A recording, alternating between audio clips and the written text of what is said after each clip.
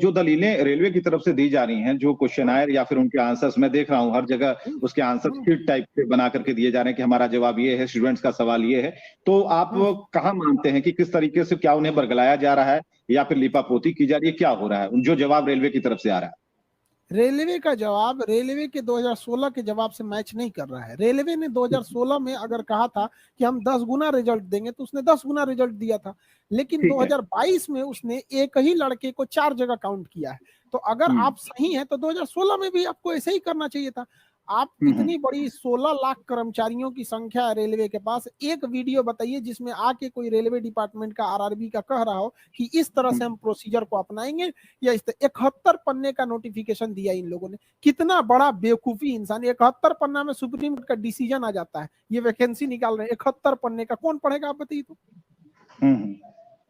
आप सिंपल सा बताइए, किसी 71 पन्ने का तो ज्वाइनिंग लेटर नहीं होता है जिसमें पूरी जिंदगी आपको ज्वाइनिंग बताना पड़ता है, टर्म्स एंड कंडीशन, वो 71 पन्ने का नोटिफिकेशन दे रहा है।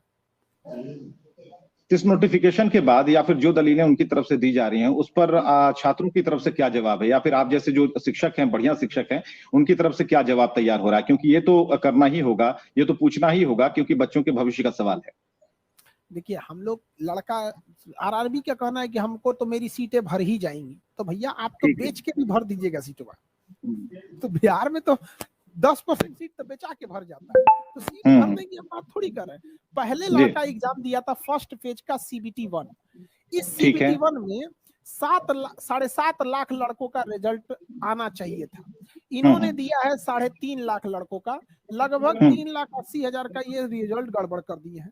वो जो 3,80,000 बच्चे लड़के हैं वो नौकरी नहीं मांग रहे हैं, वो कह रहे हैं कि हमको मौका दे दीजिए सेकेंड फेज में बैठने का, क्योंकि सेकेंड फेज में ग्रेजुएशन वालों का अलग क्वेश्चन का लेवल दिया जाएगा और इंटरमीडिएट वालों को अलग क्वेश्चन दिया जाएगा। तो वो कह रहे हैं सब कि हमारे साथ यहाँ धोखा हो गया है, हम ना आपसे भगा रहे हैं, बल्कि आप हमसे फॉर्म भरवा लीजिए, आप पैसा ले चुके हैं, हमको यहाँ बैठने दीजिए। इसके बाद भी एक एग्जाम होगा जिसका नाम होगा स्किल टेस्ट होगा, उसके बाद ज्वाइनिंग होगी। वो नौकरी थोड़ी मांग रहा है, वो कह रहा है कि हमको यहाँ ग्रेजुएशन वालों के साथ बैठा के अन्याय किए हैं, हमको यहाँ देखने का मौका दीजिए, क्योंकि वहां ग्रेजुएशन वालों का अलग क्वेश्चन होगा, यहाँ अलग होगा।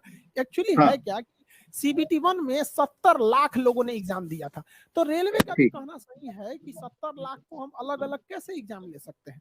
ठीक है, यहाँ तो आप 7.5 लाख को पास कराइए ना, यहाँ 7.5 लाख, यहाँ 3.5 लाख को पास कराए हैं, और उसी को हुआ क्या है, 3.5 लाख को पास कराए और कहें कि तुम ग्रेजुएशन किए हो ना, तो 3.5 लाख तुम्हारा पोस्ट, और तुम तो इंटर के लिए एलिजिबल हो, क्योंकि जो सास है वो तो बहू में गिनाएगी ही गिनाएगी, क्योंकि कभी ना कभी तो बहू थी। तो आप कहिएगा कि भाई 2 हो गया यहाँ पर, एक महिला अगर सास के पद पर है तो आप उसको कह सकते हैं कि ये तो बहू के लिए एलिजिबल ही थी, तो आप दोनों में काउंट कीजिएगा उसको।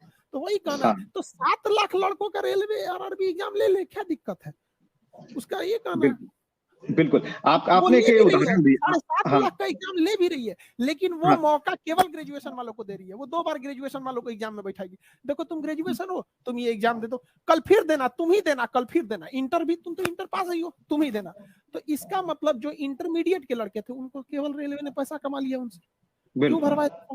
आप मर्ज कीजिए तो एक साथ मर्ज कीजिए ना। रेस में घोड़ा के रेस में घोड़ा दौड़ता है, गधा के रेस में गधा दौड़ता है, आदमी के रेस में आदमी के रेस में आप घुसा दीजिए हेलीकॉप्टर, कहिए कि हम इससे संसाधनों को बचा लिए हैं। आपने एक अपने वीडियो में अच्छा उदाहरण दिया। आपके यहाँ किसी टीचर को आपने खड़ा किया और उनको कहा कि ये किस किस एग्जाम में बैठे और कैसे कैसे, अब वो स्टोरी जरा जरूर बताइए, बहुत दिलचस्प है।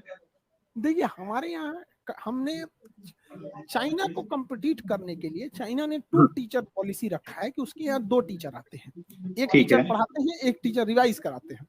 हमने 4 टीचर पॉलिसी को इंट्रोड्यूस करना चाह रहे हैं कि एक पढ़ाएंगे, एक टीचर उसका रिवीजन करा के याद कराएंगे, एक टीचर आके क्वेश्चन पूछेंगे और एक टीचर बांस ले आके पीटना चालू करेंगे बढ़िया से उसको। तो हमने कहा कि भाई टीचर लोग को भी हमने कहा कि देखिए एग्जाम में क्या पूछ रहा है आप भी ट्राई करते रहिए, ताकि लेवल ऑफ स्टैंडर्ड हमेशा इंक्रीज होते रहे। उन्होंने एग्जाम में बैठे, वो ऑलरेडी हमारे सर वो मैथ पढ़ाते हैं, पीके सर है, मैथ पढ़ाते हैं,